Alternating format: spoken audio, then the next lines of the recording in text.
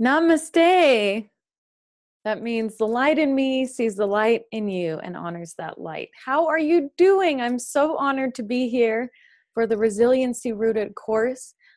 You must be amazing helping professionals to take this course to better your own life and those of your clients. So I want to thank you for showing up for this. I'd like to share a presentation with you today. It's about meditation and how it can not only enrich your own life, but also those of your clients. And you seem to care a great deal about their experience. So hopefully you find this information helpful today. Just give me one moment to pull up the presentation here.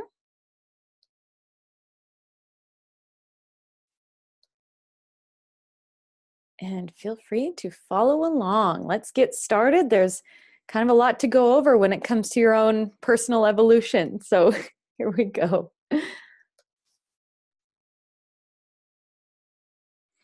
All right. Once again, welcome to the meditation portion of the Resiliency Rooted course.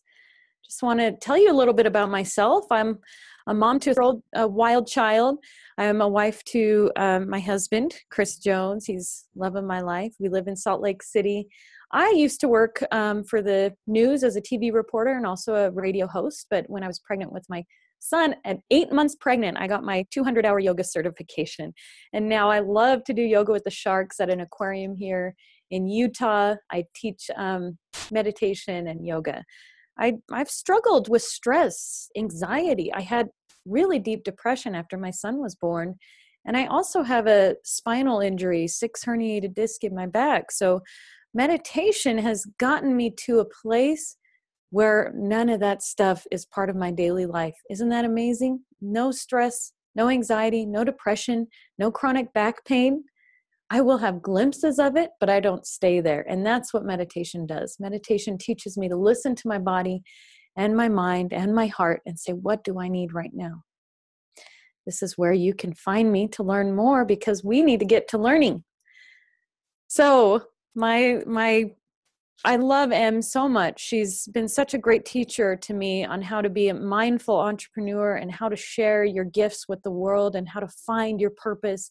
I admire her so much.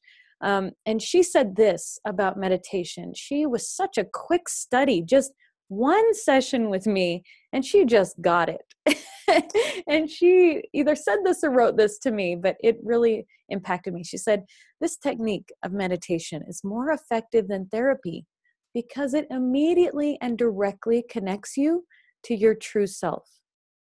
And this was a very advanced concept for someone who hadn't meditated a whole lot, because the purpose of meditation, when you're looking at the big picture, is to remember who you are. And I think in times of deep depression or anxiety, we forget the grandeur of who we really are, and that we have all these gifts for healing, for manifesting, for living our best life. And we just forget that. Layers and layers of conditioning and trauma and ignorance and illusion, they pile up. So she was so wise to say, meditation immediately and directly connects you to your true self. And that is why it's important when you're talking about a resiliency-rooted healing practice. So what you can expect in this presentation, you'll learn what meditation is and how to do it, the benefits of it, what is a mantra and why we use that in meditation, how to explore higher states of consciousness, that's my favorite part, and awakening to our true self by remembering who we are, just forgetting all these layers of illusion and ego. Also, the best ways you can share this gift with your clients. First, a little bit about what is meditation and where did it come from? My teacher, Dr. Deepak Chopra, has this wonderful explanation for meditation. He says, meditation's not a way of making your mind quiet. Well, hallelujah, because we all have a million thoughts, right? He says it's a way of entering into that quiet that is there. It's just buried under those 50,000 thoughts that the average person thinks every day. So we're finding the stillness that's already there. And we don't have to cancel out or suppress or kill off those thoughts. We simply accept them. Doesn't that sound a little bit more doable? Now, I teach the Dharana method of meditation, and I'm going to reiterate that this is meditation in its broadest term. Meditation is not quieting your mind. It's allowing yourself the time to observe what's already there. You just observe. You step out of the active thinker and into the watcher. And we'll do a practice for that in a moment. Meditation is listening to what's going on in your body, your heart, your mind. If you're having an anxiety attack, I like to ask my heart, because that's where I feel the anxiety. I say, what do you need to hear? Or what are you trying to tell me? And I get to listen as the observer. And I always hear an answer. With my back injury, what do you need, back? I always hear an answer. It's the journey from your external life to your inner being, that wise self, that higher self that's connected to something greater, where we get all our inspiration from, where we manifest things easily. We'll call that source, but we'll learn more about that later. Now, Dharana method of meditation, this is a very broad kind of meditation. It's the kind of meditation that I teach because it means focus in Sanskrit. Dharana. Dharana is the Sanskrit version. My American version is Dharana. And it's part of Patanjali's 8 Limbs of Yoga, very ancient text, but very amazing for ethical ways of being and ways of ending personal suffering. And yoga in this sense, it means union of mind, body, and spirit. Yoga in Patanjali's sense does not mean physical postures. It doesn't mean physical postures in most any ancient text that mentions yoga. That's kind of a Western thing. We like to make it all about the appearance, right? But Dharana method meditation, it's an easy way to move from that external world to your internal world. We use a personal mantra or a different kind of focus like your breath, but mostly a personal mantra, which is a phrase you repeat in your mind. It gives your mind something to focus on while you're relaxing into being the watcher. So it interrupts psychological patterns. So this is perfect for type A's. If you have a lot of thoughts, a lot of planning going on, you simply think your personal mantra time and time again, and it works to stop those thoughts or create more space between thoughts. And I'll tell you why in just a moment. So that's the Dharana method of meditation. I first came up with this. I didn't come up with this concept. I kind of revived it, I guess. I'll show you how I got there. First, I started with movement and breath. I learned how to bring energy and life into the body, becoming a registered yoga teacher. I went on to study the ancient texts like the Yoga Sutras that have the 8 limbs of yoga in there. Wonderful read if you have time. And the Bhagavad Gita, another ancient text that has so much easy to understand wisdom. I also studied Buddhist ethics, the science of Ayurveda, and also nonviolent communication. Through the great grace of my teachers, I received transmission from Zen Buddhist leader Thich Nhat Hanh for his 4 mindfulness trainings, and also became certified in primordial sound meditation, which is mantra meditation, with the Chopra Center. So everything I studied, it seemed to have one thing in common: a focus. Every kind of meditation, every kind of lifestyle improvement, it required focus. And so Dharana was born, or Dharana, as we'll say it today, the focus-based method of meditation. And really, every single type of meditation has a focus. So whether you're doing a Buddhist meditation, a mindfulness-based stress reduction meditation, a Kundalini meditation, there's always some type of focus. There's always a concentrate on the breath, concentrate on a sensation, concentrate on a mantra, concentrate on your feet hitting the ground. So that's what we're talking about here, the focus that helps hook that psychological pattern and allow more space between thoughts. But on the grander scale, meditation is peeling back the illusion and conditioning until we remember who we really are. We got to know we're already perfect. We've just forgotten it. I want to feel like that. I'm free. So how can 30 minutes of daily meditation change your life? And it's important to change your life first before trying to help people with this, because you need to come from a place of experience and a place of authenticity. And I think you've seen this in your personal practice. If you're preaching something you're not practicing, it doesn't feel right to teach it to others. So we change our life first, we get our higher self in charge, and then we're able to listen intuitively to our clients and just hear from our higher self exactly what they need to hear. So let's start with 30 minutes of daily meditation in the morning. If you have time in the afternoon, or if you make time, I should say, 30 minutes in the afternoon, 4 or 5 o'clock, that will take you into higher states of consciousness. 30 minutes in the morning, or 10, 15, whatever you have time for, just make it regular. That will get you healthy. That will get your higher self in charge. The afternoon meditation, that will take you into higher states of consciousness. So if you want to really evolve, add in twice a day, 30 minutes each. Here are just some of the mental benefits and the physical benefits, also some of the spiritual benefits.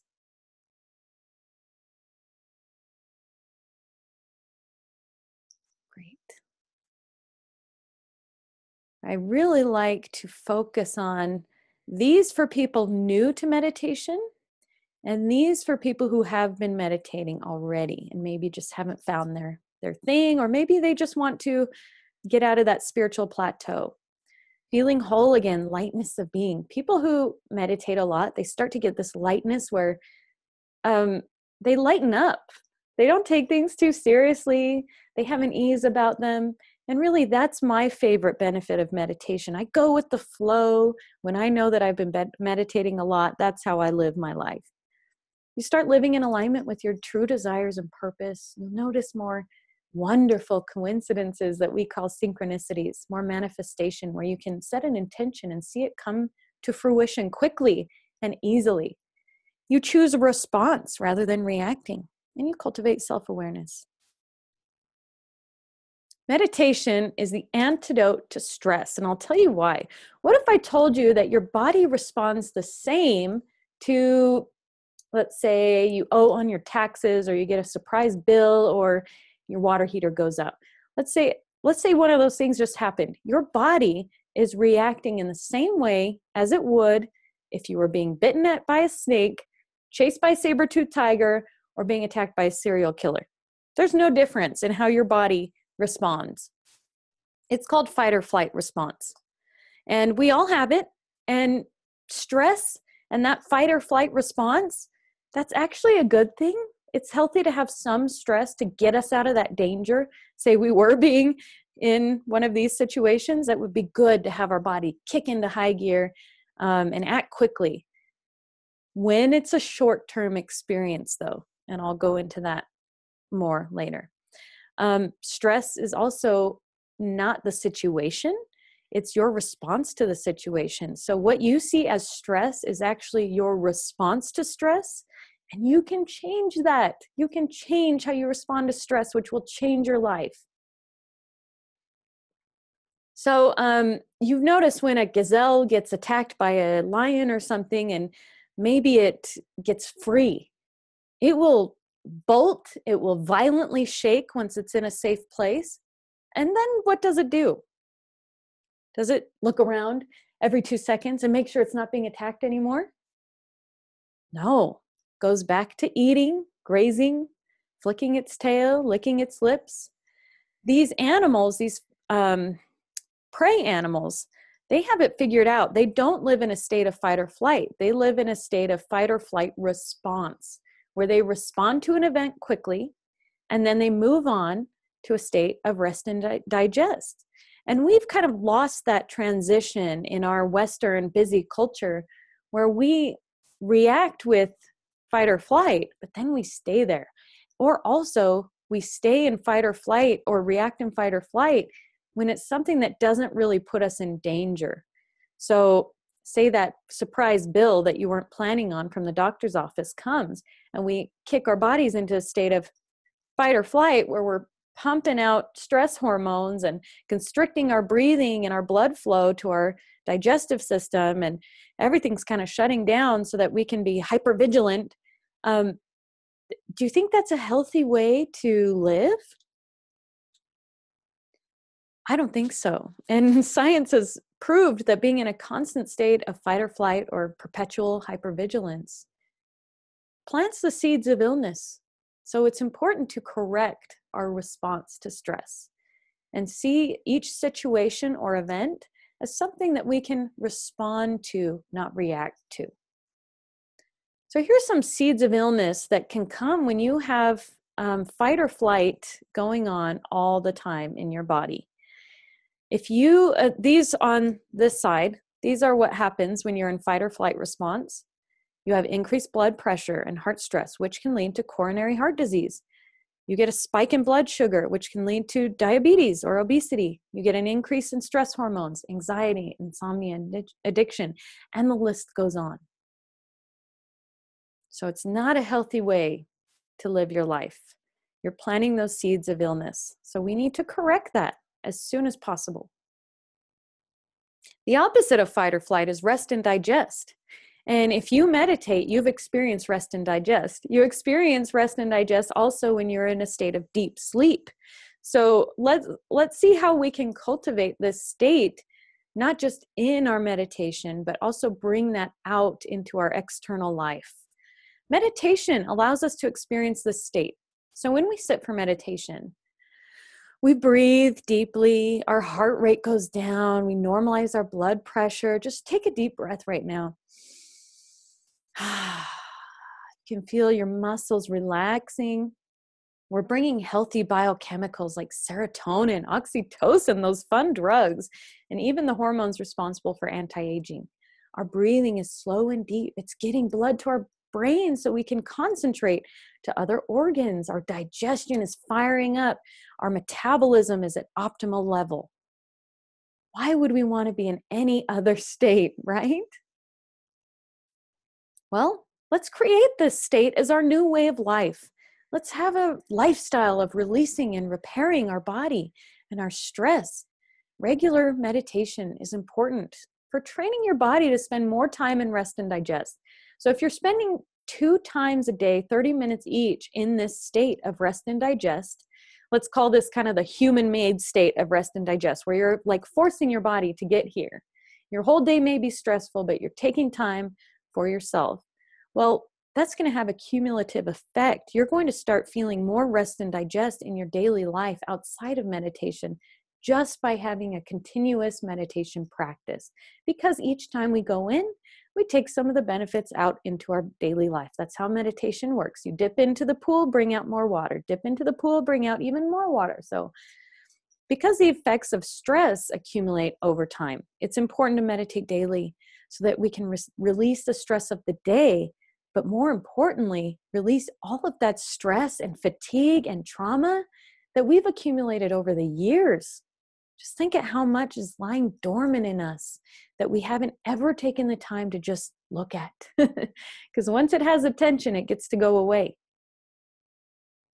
Responding versus reacting to stress. So we grow self-awareness in meditation, where we become the watcher of not only our thoughts in meditation, but also the situations in life. We start to observe what's happening in our life rather than having a knee-jerk reaction. We can choose a response.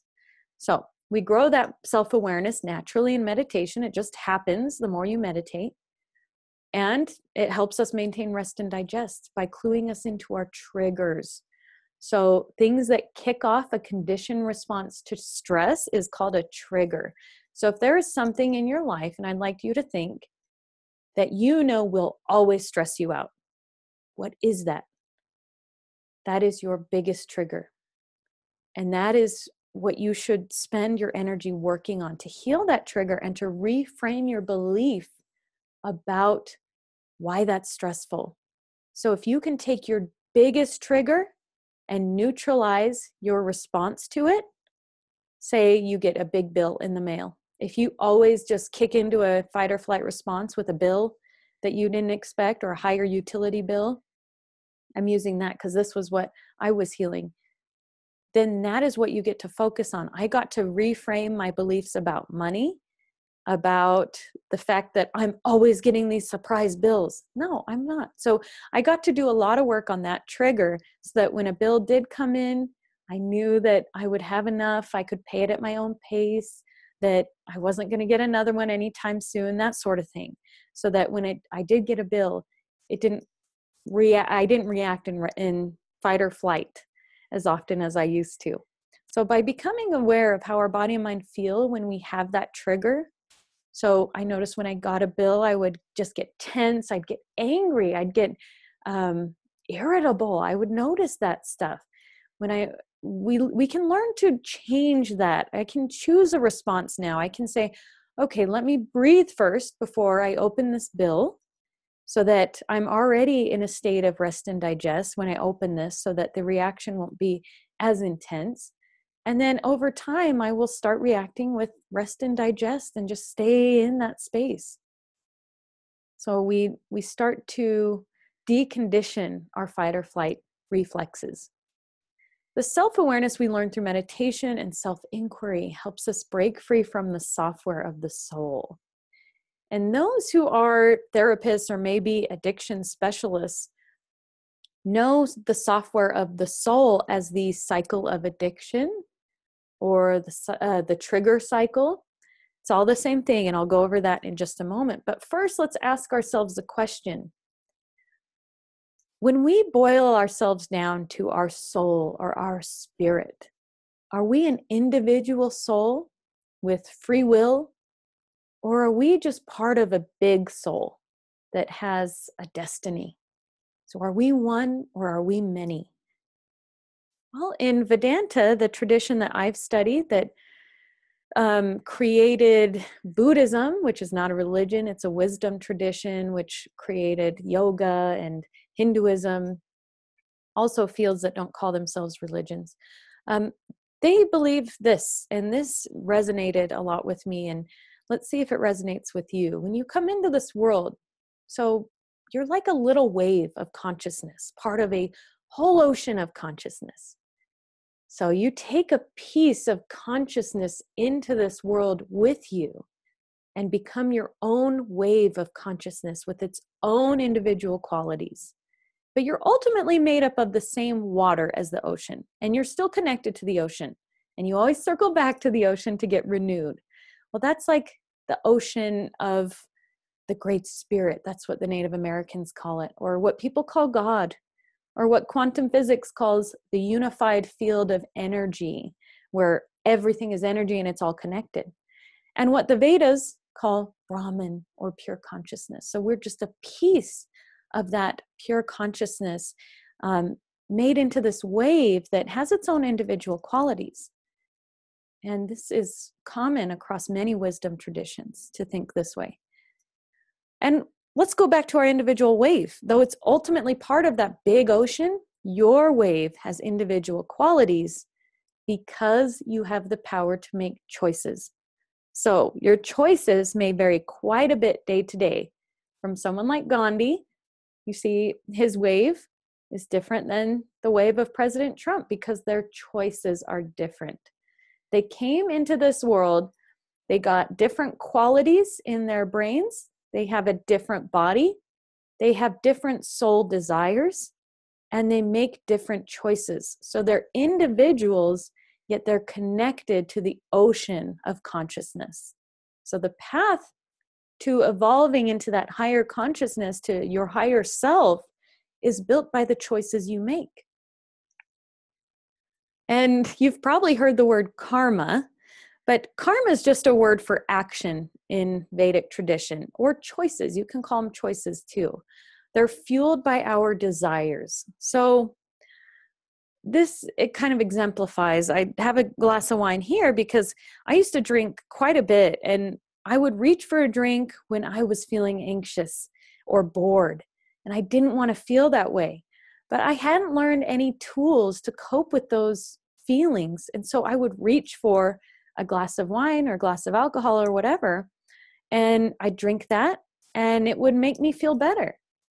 Now, when the desire gets fulfilled, you store that memory in your individual consciousness, in your wave. You store that memory in your slice of consciousness. So then you have this pattern where I know that I have the desire to numb my emotions. So I reach for the wine and it numbs my emotions, so I store the memory. Now, do I store the memory that I feel even more anxious later, or that I have a hangover. No, because the relief was great enough to cancel out those memories. So it looks a little bit like this. Software of the soul is desire leads to action, which leads to memory. And it just goes on and on and on. So when I was, this is the same as I was saying, the addiction cycle or the trigger cycle. If you have a trigger in your life that causes a negative or uncomfortable emotion, you're going to reach for the habit that offers relief. And that's going to store the memory. So you can apply this to stress. You can apply this to addiction. And this is neuroscience. This is the science of your neural pathways, where you literally carve a pathway for your thinking in your brain. And you can deprogram these pathways. You can create new pathways in about 21 days of doing a different habit. So if you stock yourself with healthy habits and do the trigger emotion, choose a healthy habit, that will store the memory. If you do that 21 days in a row, you're going to create a new neural pathway and cancel out this negative loop. So we're trying to get out of the field of limited possibilities, that we're trying to get away from this thinking that, okay, I have an uncomfortable emotion and only alcohol can fix that. I'm trying to get out of that pattern. So how do I get out of that pattern? Well, meditation puts us back in touch with the field of infinite possibilities. So we dip into that source, the source consciousness, the big, great, vast infinity, the great spirit, the ocean to our wave. And this is where we start to experience our true willpower and start to be creative with our actions and our living. So when I would reach for that drink, I was saying, I have limited possibilities of coping with my emotions. But now that I meditate daily, I have added so many rich new possibilities to my self-care that not only helps me cope with my emotions, but also to grow my positive emotions without consuming any drugs, alcohol, sweets, or many of the other things that we find ourselves consuming all the time. So meditation helped expand my awareness and break that pattern of the software of the soul or the addiction or trigger cycle, where we associate feeling good to just one or two things. We expand from limited to infinite possibilities. So once we become aware of these patterns that we're continually in our life, once we realize that we really are robots to our conditioning, our beliefs, our habits, and start to break out of that and experience expanded awareness, we start to have an expansive, colorful, creative life. And we're no longer the robots we once were. We have infinite possibilities on how to live. And it feels so good. So let's talk about actual meditation. You know why we're meditating. From the hamster wheel to the witness. So we're getting out of the hamster wheel of our thoughts. We're just along for the ride most of the time in our brain. Our thoughts take us from one to another, to another, to another. Dr. David Simon, he started the Chopra Center with Dr. Deepak Chopra. He said, thoughts seem to bubble up from an inexhaustible source. So you're not going to control the thoughts.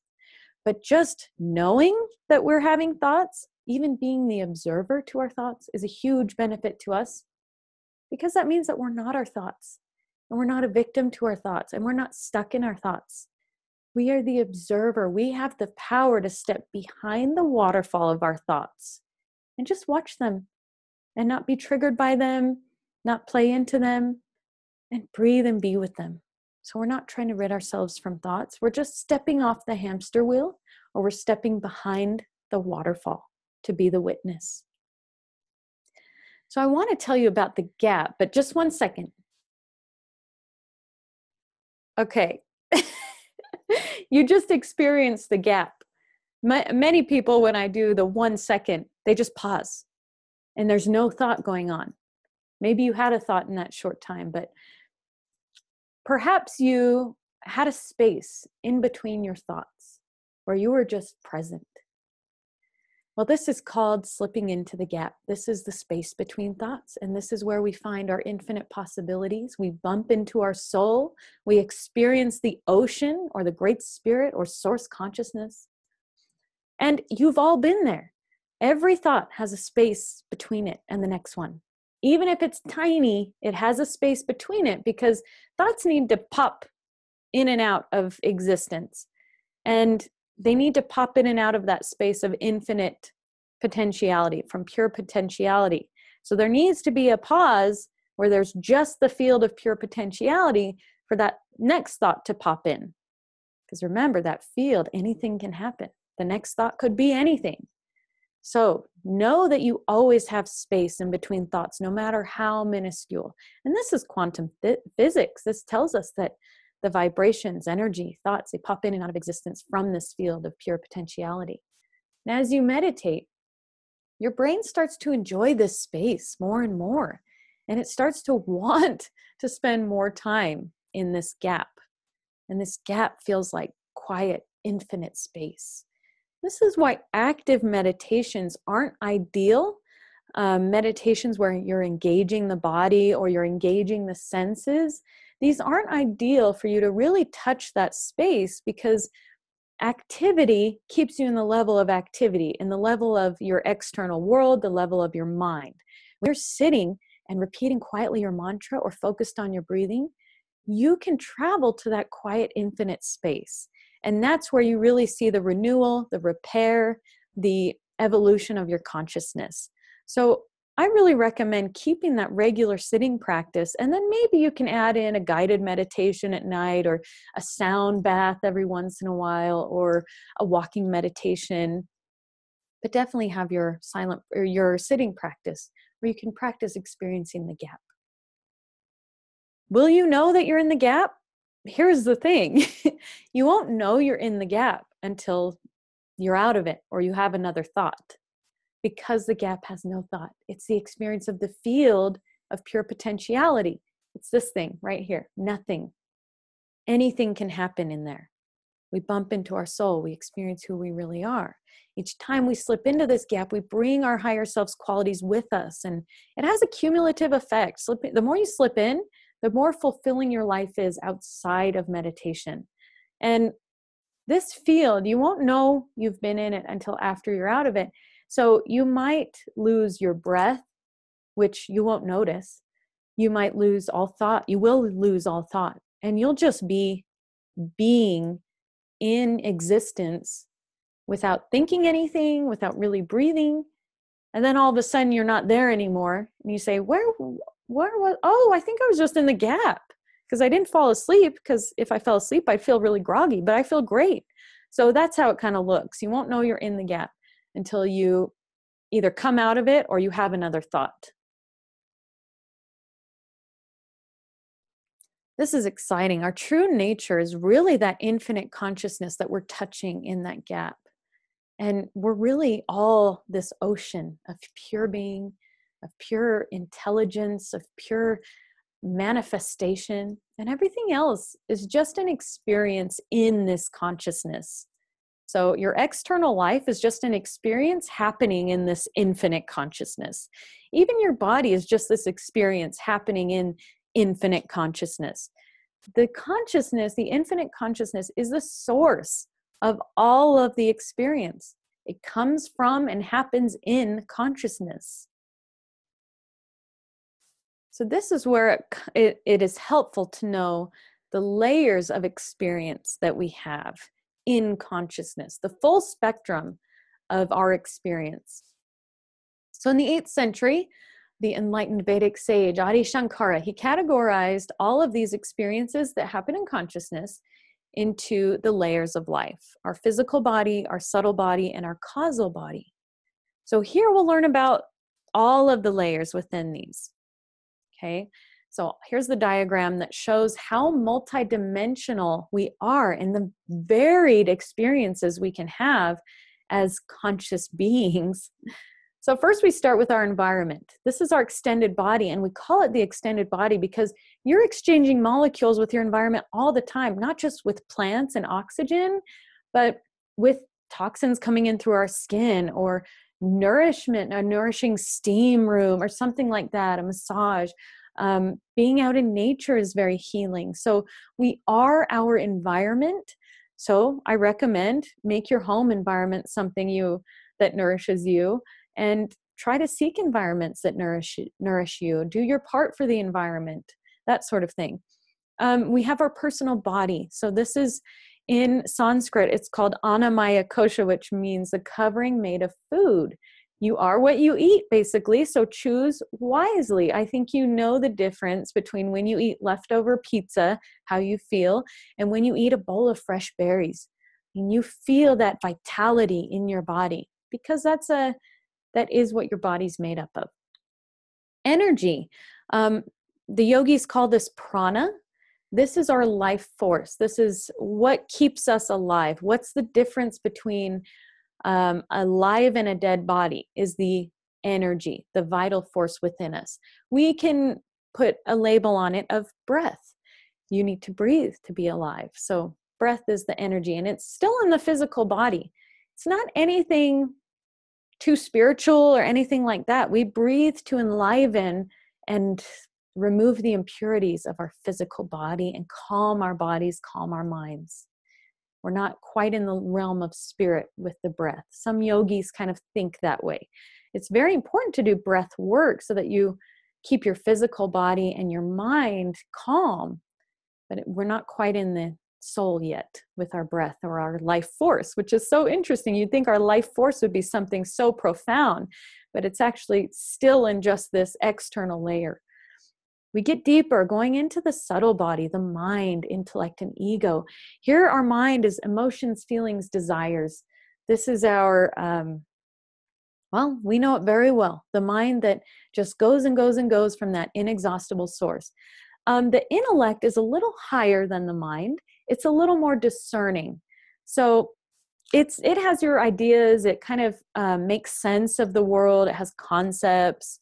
It develops beliefs out of what your mind experiences. And then we have the ego. We have the the conventional I. This is your identity in the real world. This is the material life you lead.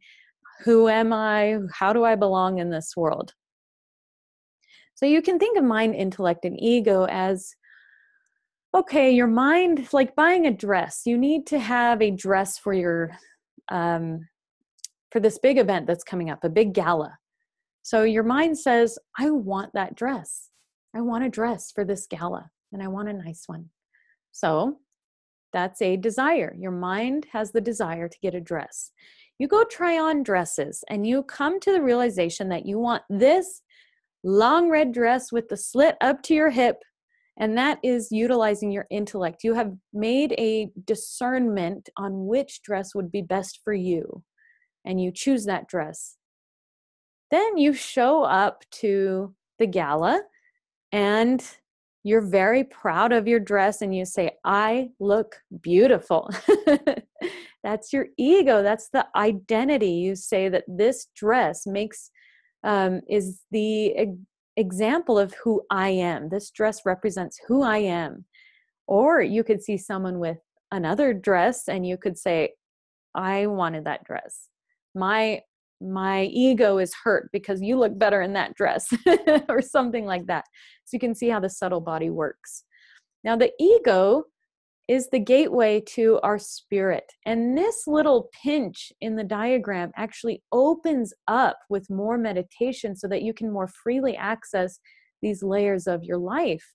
And when we let go of ego, we start to notice that our love, our capacity for love and gratitude and connection grows. So those are qualities associated with spirit. So as you let go of ego through meditation, you'll start to experience the level of spirit more and more. So here we get into the fun stuff, the causal body. Beyond our physical body and our mind, our subtle body, is our ocean, our wave in our ocean. Our wave is our personal soul. We call this the jiva and the atman. Your jiva is the part of your soul that carries all those little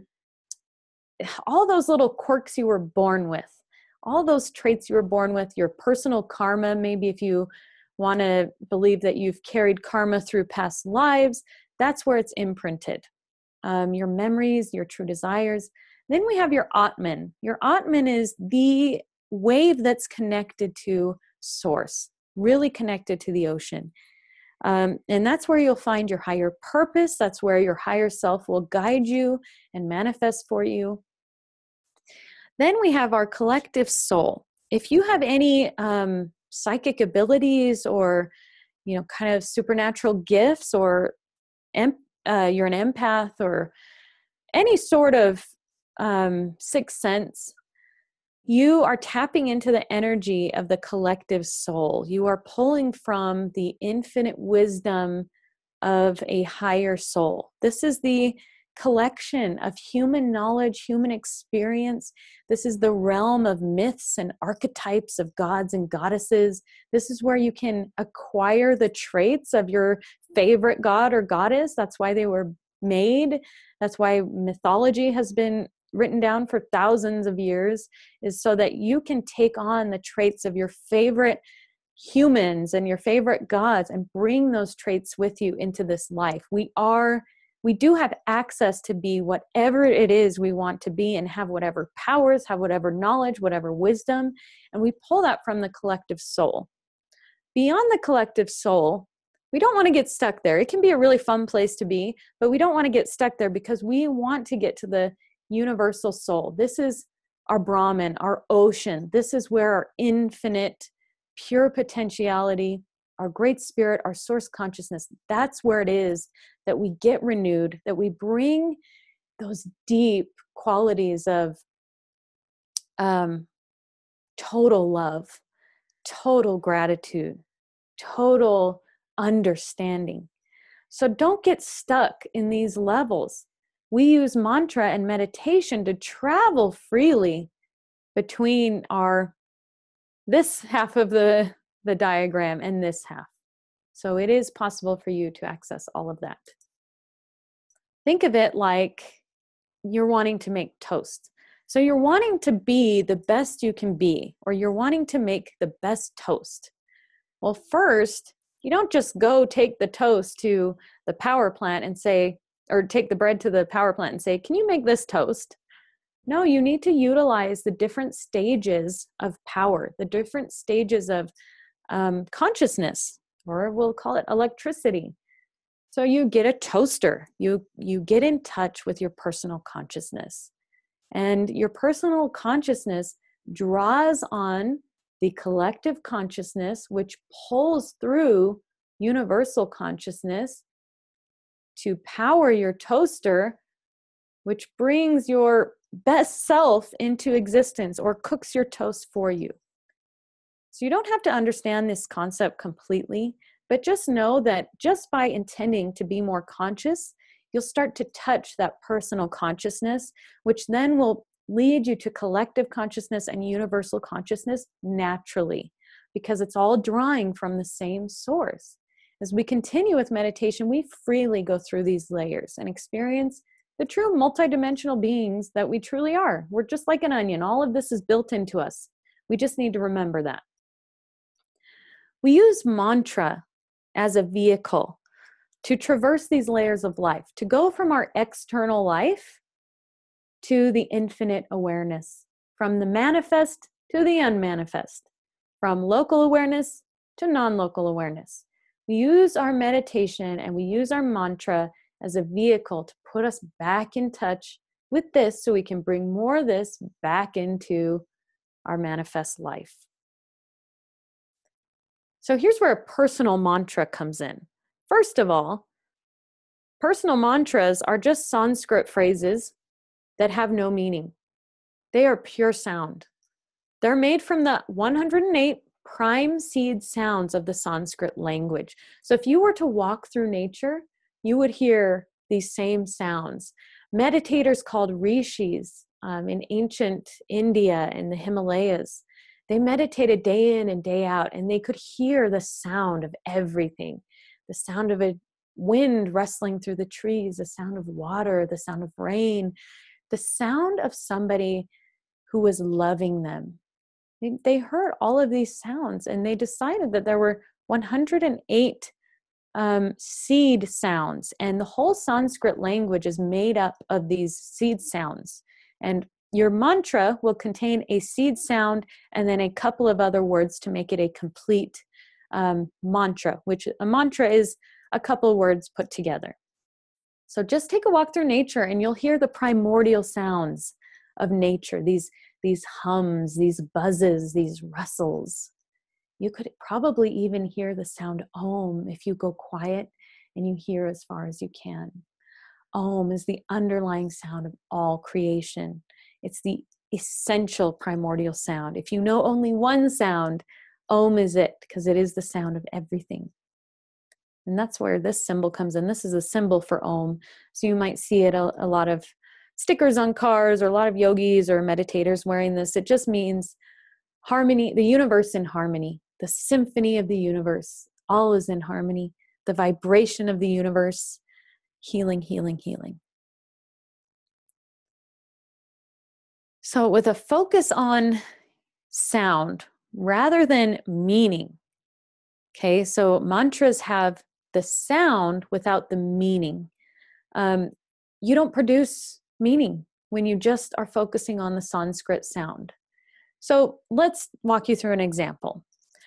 So if I say apple, just sit there. Say apple a few times.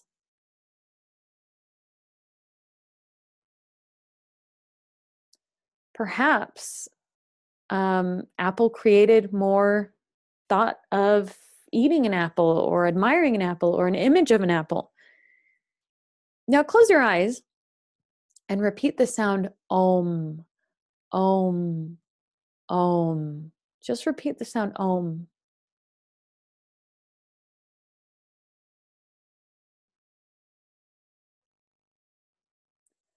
So go ahead and release that. Though you may have had other thoughts while you were saying Om, they weren't directly from saying Om. Because Om has no direct meaning, and it's the meaning that produces the next thought. So any thoughts you were having while saying Om, that was detoxing stress. That was your natural mind going in its traditional pattern. But perhaps you were able to have some focus on the word Om and just enjoy that sound without creating more thoughts, because it has no meaning. Primordial sounds like Om and your personal mantra, they move our awareness internally, while those vibrations have a soothing effect on the nervous system. Because our body is nature, remember? Our body is the environment. So all of the sounds of nature are soothing to us. The real sounds of nature, the trees, the wind, the moon, we're all affected by our environment. So when we can hear these seed sounds in our body, we come to a kind of homeostasis, and it harmonizes our vibrations that are in our body. It's very quantum physics related, where everything is a vibration. And when something is off, that means your vibration is out of harmony, and you can harmonize that with mantra, or you can harmonize it with some new technology. They have sound tools that can kill cancer cells without damaging the healthy tissue just by using sound. So this sound technology is common knowledge in the science world. In fact, there's a study, scientists conducted a research study in which subjects had never chanted Om. They were asked to chant it for a few minutes, and their chants were recorded. So this time, you see this picture, the time frequency analysis of them chanting.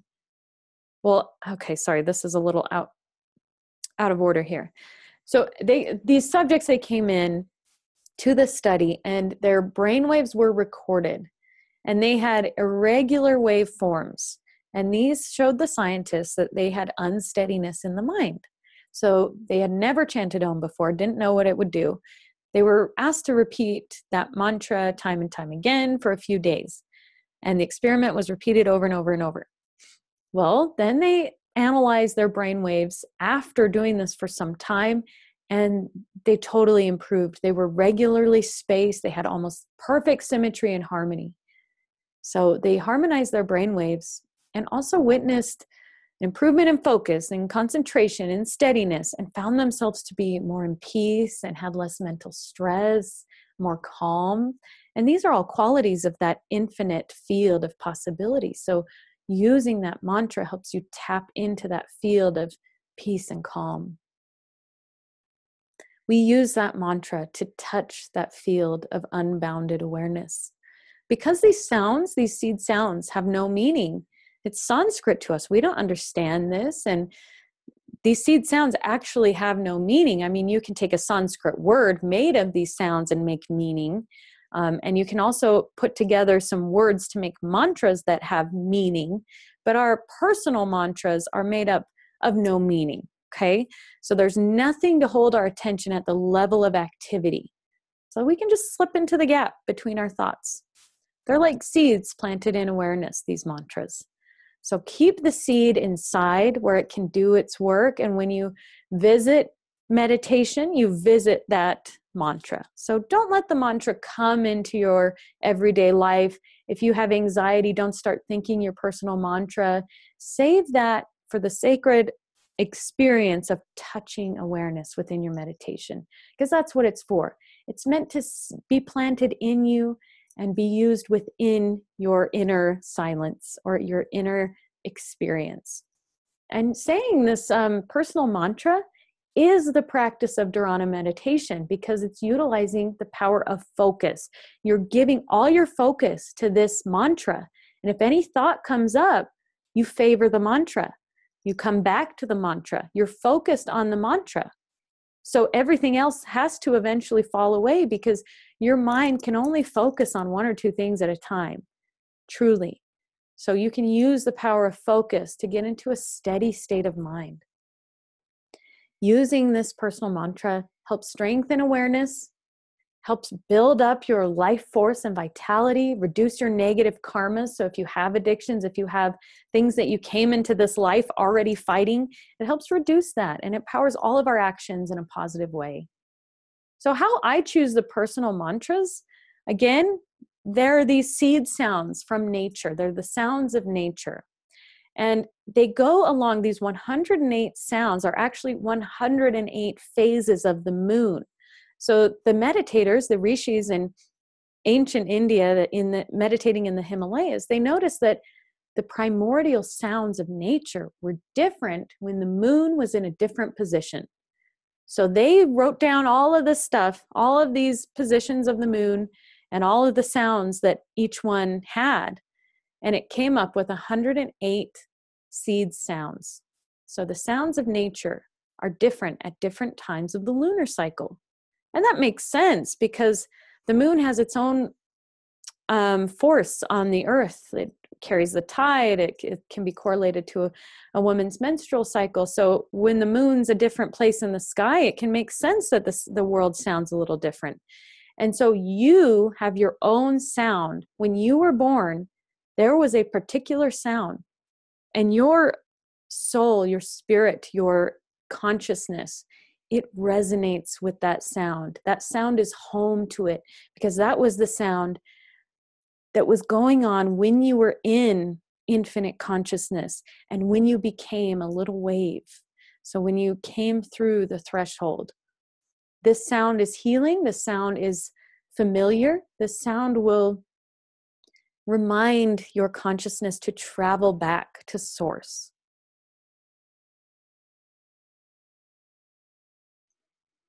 Now, this doesn't mean that you're going to relive your birth, only that you'll be able to reconnect with the source consciousness. So your wave is going to dip back in the ocean, regenerating itself and coming out again whole. It's driving our vehicle of mantra to the ocean of pure consciousness, going from local to non-local awareness. So what about my thoughts in meditation? Well, let's accept them. You know that you're going to have thoughts. Mantras, they don't have meaning. They do have vibration. Your thoughts also have meaning and vibration. So mantras have no meaning. Therefore, there's nothing to hold your attention at the level of the mind and the intellect and the ego when you're saying your mantra. So don't expect your mind to go blank to meditate. Thoughts are part of the process. They'll come up, so don't struggle, okay? And don't expect anything from your meditation. You may be uncomfortable.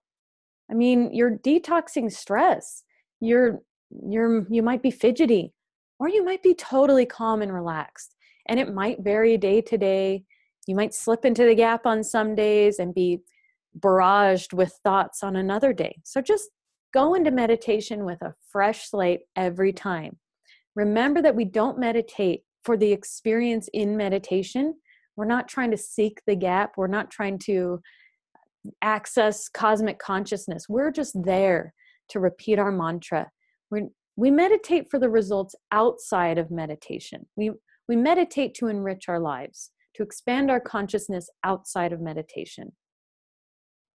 So now we get to the part where you've been meditating and now you want to share this gift with your clients. How can you do that? Ways to share. Develop your own practice. So this is not only to improve your own life, but so that you show up as your highest self to your clients in your practice. And that is the best gift you can give to them, because you will be deeply present. You will listen deeply. You will have such insight to share with them, where it will feel effortless to you to share this. You can also become trained to teach meditation, or you can direct your clients to a certified teacher for further training. Maybe you can do a body scan or walking meditation with them and then direct them to a certified teacher to develop their practice further and answer those questions that you might find it hard to answer. You can incorporate some of the more of the ethical components of like the 8 limbs of yoga, like the nonviolence, the self-love, the movement, the eating well, the Ayurveda. You can incorporate philosophies that are meditation-like into your healing practice. You can bring up this software of the soul, these triggers, the rest and digest. You can bring up that stuff, remembering who we are outside of the conditioning. Okay, so there are many ways to share meditation without necessarily teaching meditation yourself, unless you get trained to do that. So when you're dealing with people's consciousness, it's best to have some tools for that. But you can lead some meditations now, whether you're, if you're not certified, you can lead a body scan where you have them tense and release every part of their body or part of a body that's hurting. And that brings their awareness inside. You can invite them to do a walking meditation, which is focusing their energy on their feet hitting the ground, walking very slowly. I feel my heel and my toes, so that they're in that inner state of awareness. Now, they're still at the level of the body with all of these, so they're not going to get real deep, but this will train them to develop a little more self-awareness, awareness of the present moment. You can also teach them to eat mindfully, to focus on the task at hand, to say to themselves, I am eating a kiwi, sour. So to stay in the moment. I am washing dishes. The water is warm. Suds, keep their attention in the moment, builds self-awareness. So you can teach mindfulness, which is a practice of being in the moment by focusing. Again, there's the dharana, the focus, by focusing on the task you're actually doing, or focusing on being instead of doing. And you can play guided meditations for them. There's plenty on YouTube. So I really am so happy that you decided to take this course to be better for yourself and for your clients. We learned so much today. I hope you can experience this again and again, where, every time I read the same book, I get a different take on it. I learned something new. So hopefully you can go through this on your own time. We learned what meditation is and where it came from. We learned what mantra is, what primordial sound is, what your personal sound would look like. We learned that meditation is the antidote to stress. We learned that how choices we make, they determine our quality of life. And we can update that software of the soul through meditation. We learned Adi Shankara's layers of life and how to traverse all those layers of consciousness until we touch universal consciousness and bring that into our daily lives. We learned how mantras work and how they're chosen. So what's next for you on your meditation journey? Hopefully you're excited to go sit and meditate and either focus on your breath, or you can come receive your personal mantra from me. You are now qualified to do that after hearing this presentation. Most people, they have to take a course before they understand kind of the sacredness and the power of a personal mantra. So you are qualified to come get your personal mantra.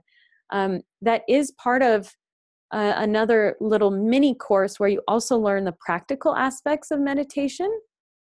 Like, are you doing it right? What you should and should not do during a sitting practice, that sort of thing. And I also go over higher states of consciousness that you will experience after meditating for some time, or even you might be experiencing it now if you're very in tune.